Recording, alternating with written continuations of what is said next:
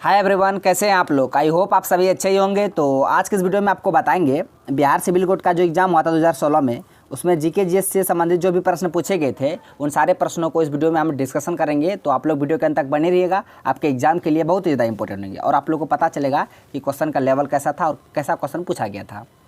पहला क्वेश्चन है कि इंडिया विंस फ्रीडम किनकी आत्मकथा है। जो ऑटोबायोग्राफी है इंडिया विंस फ्रीडम, ये किनकी है। ऑप्शन में दिया पंडित जवाहरलाल नेहरू, सर सैयद अहमद खां, उसके बाद अबुल कलाम आज़ाद, सुभाष चंद्र बोस। ये चारों पर्सन बहुत ही महान व्यक्ति हैं भारत के, और आपको बताना है कि इंडिया विंस फ्रीडम ये किनका आत्मकथा है। पहले हम इसका आंसर बता देते हैं, उसके अलावा ऑप्शन में जो दिया उसके बारे में भी जानेंगे, ठीक है। तो इसका आंसर हो जाएगा ऑप्शन सी, यानी कि अबुल कलाम आज़ाद की आत्मकथा है, यानी कि ऑटोबायोग्राफी है इंडिया विंस फ्रीडम। इस बात को आपको याद रखना है। विंग्स ऑफ फायर वो है एपीजे अब्दुल कलाम की पुस्तक विंग्स ऑफ फायर, लेकिन यहाँ इंडिया विंस फ्रीडम है ये अबुल कलाम आज़ाद। दोनों में आप कंफ्यूज मत होइएगा। पंडित जवाहरलाल नेहरू, इनके पुस्तक है डिस्कवरी ऑफ इंडिया, जो कि एग्जाम में बहुत बार पूछते हैं। डिस्कवरी ऑफ इंडिया पुस्तक के लेखक कौन है? पंडित जवाहरलाल नेहरू।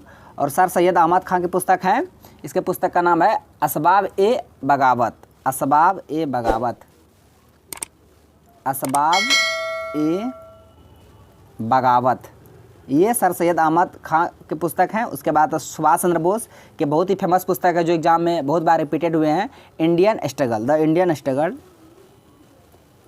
इंडियन स्ट्रगल, ये सुभाष चंद्र बोस की पुस्तक है। तो चारों को आपको याद रखना है। पंडित जवाहरलाल नेहरू की पुस्तक discovery of India, sir Syed Ahmad Khan की पुस्तक का नाम है असबाब ए बगावत, मतलब अबुल कलाम आज़ाद तो बताइए दिए इंडिया विंस फ्रीडम, और अल हिलाल इनकी एक पत्रिका है जो बहुत बार एग्जाम में पूछा जाता है कि अल हिलाल इनकी पत्रिका है, तो ये अल हिलाल अबुल कलाम आज़ाद के ही है ना, इसको भी आपको ध्यान में रखना है। इंडियन स्ट्रगल ये सुभाष चंद्र बोस के हैं।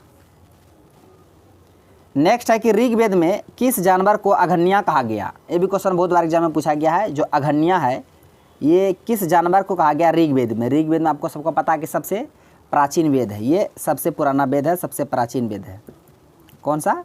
ऋग्वेद, सबसे प्राचीन वेद। और उसी वेद में अघन्या किस जानवर को कहा गया आपको ये बताना है। ऑप्शन में दिया भेड़, बकरी, गाय, घोड़ा, तो इसका करेक्ट आंसर जो होगा ऑप्शन सी हो जाएगा गाय। गाय को अघन्या कहा गया ऋग्वेद में, इस बात को आपको याद रखिएगा। और अर्थवेद में से, अथर्ववेद में, अर्थ नहीं अथर्ववेद में से मतलब संपत्तियों का घर कहा गया है किसे? गाय को। इस बात को भी आपको ध्यान में रखना है। और सबसे प्राचीन वेद ऋग्वेद और सबसे जो नवीनतम वेद है वो अथर्ववेद है। नेक्स्ट क्वेश्चन है कि भारत की निम्नलिखित में से कौन सी मिट्टी कपास खेती के लिए उपयुक्त है, यानी कपास के लिए उपयुक्त मिट्टी है कौन सी भारत में। जलोढ़ मिट्टी या जलोढ़ मृदा, रेगुर मृदा, लाल मृदा या लेटेराइट मृदा। तो बता दें कपास की खेती के लिए भारत में सबसे उपयुक्त मृदा है काली मृदा। कौन सा मृदा? काली मृदा।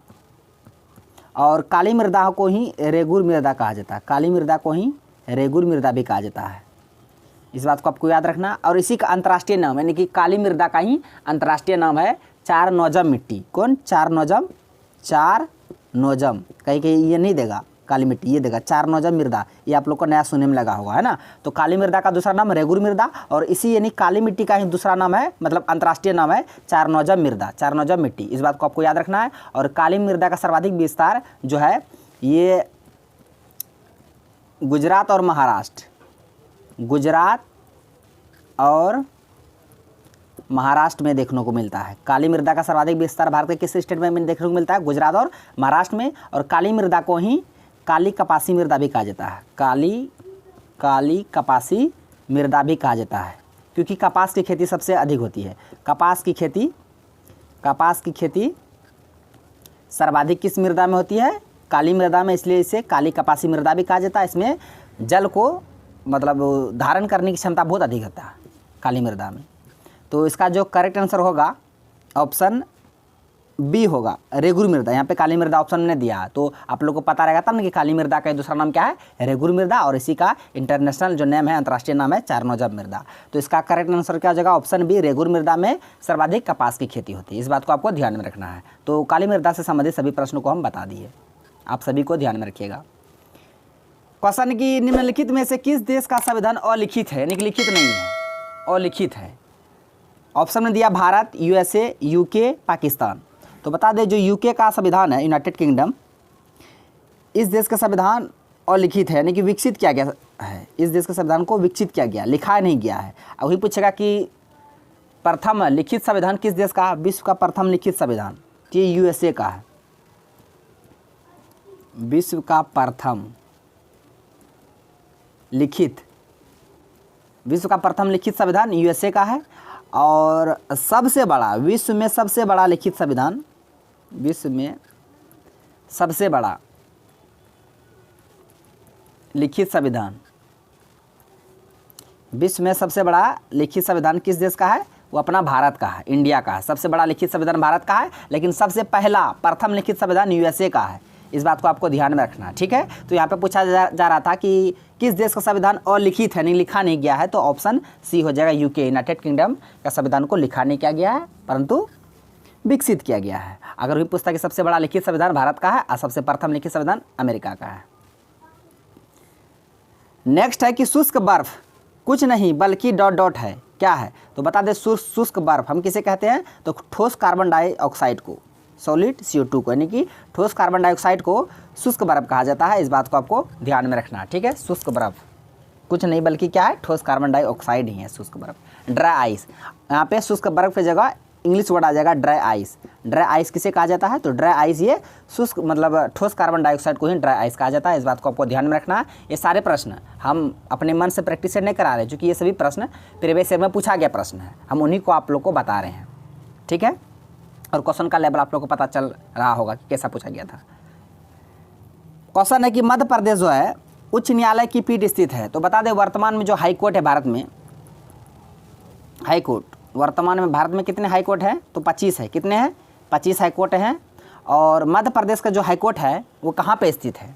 इंदौर में है, ग्वालियर में है, भोपाल में है, जबलपुर में। ये चारों शहर मध्य प्रदेश में ही है। आपको बताना है कि मध्य प्रदेश का जो हाई कोर्ट है वो किस शहर में स्थित है। तो इसका जो आंसर होगा ऑप्शन डी हो जाएगा, जबलपुर। मध्य प्रदेश के जबलपुर शहर में मध्य प्रदेश का यानी हाई कोर्ट है, उच्च न्यायालय। इस बात को आपको याद रखना है। और वर्तमान में कुल कितने हाई कोर्ट है भारत में? 25 हाई कोर्ट हैं। अब बढ़ते हैं अगले क्वेश्चन की ओर। क्वेश्चन है कि निम्नलिखित में से कौन हमारे शरीर के अंदर नहीं बनता है, यानी कि हमारे शरीर के अंदर बनता ही नहीं है। ऑप्शन में दिया enzyme, hormone, protein, vitamin A.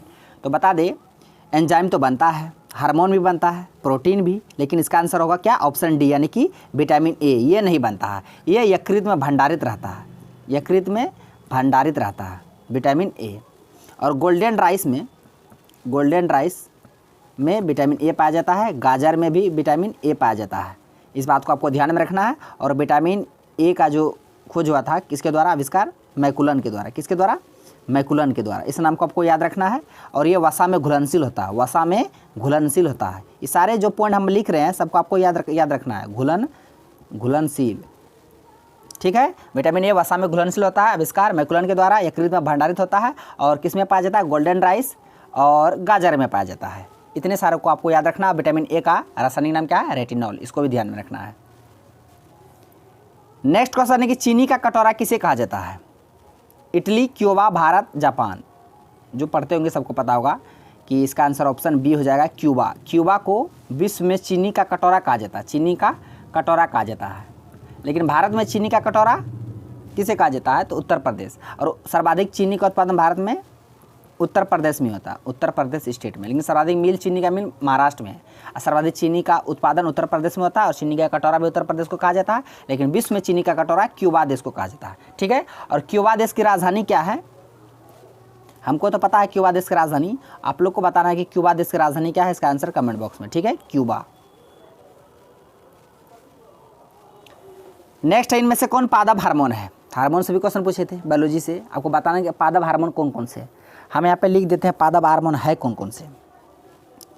इसका एक लिस्ट बना देते हैं। ऑक्सिन, जिब्रेलिन, ये सब जो लिख रहे हैं सब पादप हार्मोन है ना, सबको आपको याद रखना है। जिब्रेलिन, ऑक्सिन हो गया, साइटोकाइनिन, साइटोकाइनिन,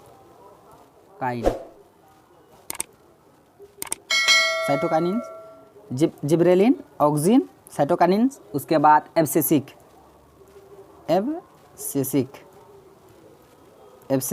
ये 4 हो गया। उसके बाद एथिलीन, जो फलों को पकाने में मदद करते हैं। कृत्रिम रूप से फलों को पकाने में मदद कौन से हार्मोन करते हैं तो एथिलीन करते हैं, ठीक है। तो ये पांचों पादप हार्मोन है जो हम लिखे हैं, ऑक्सिन हो गया, जिब्रेलिन हो गया, साइटोकाइनिन हो गया, एब्सिसिक हो गया, एथिलीन हो गया। तो अब यहाँ पे देखिए कौन है इन पांचों में से। ऑप्शन यहाँ पे दिया कौन पादप हार्मोन में, और इंसुलिन है, इंसुलिन नहीं है। एस्ट्रोजन है, ये भी नहीं है। थायरॉक्सिन है, नहीं है। क्या है, जिब्रेलिन है। तो ये जिब्रेलिन पादप हार्मोन है, ठीक है। आपको इसको याद रखना है। पादप हार्मोन है कौन कौन से, हम यहाँ पे लिख दिया, पांचों को आपको याद रखें, बस ये पांचों पूछते हैं, auxin, gibberellin, cytokinin, abscisic, ethylene. Next है कि भारतीय रेलवे का कौन सा जोन सबसे छोटा जोन है। बता दें वर्तमान में भारतीय रेलवे के कितने जोन है, 18 रेलवे जोन है। कितने हैं, 18 रेलवे जोन है। आपको बताना 18 रेलवे जोन में से सबसे छोटा रेलवे जोन कौन सा है। Delhi metro, Mumbai metro, Bengaluru metro, Calcutta metro. तो इसका जो आंसर होगा ऑप्शन डी हो जाएगा। कलकत्ता जो मेट्रो है भारत का सबसे छोटा रेलवे जोन है। इस बात को आपको याद रखना है, ठीक है। और 18वां रेलवे जो जोन बना है उसका मतलब हेडक्वार्टर कहाँ है, विशाखापत्तनम, विशाखापत्तनम। इस बात को आपको याद रखना, 18वां रेलवे जोन। तो वंदे मातरम लिखा गया था, भी प्रश्न पूछा गया था। इसका आंसर को आप लोगों को कमेंट बॉक्स में देना है।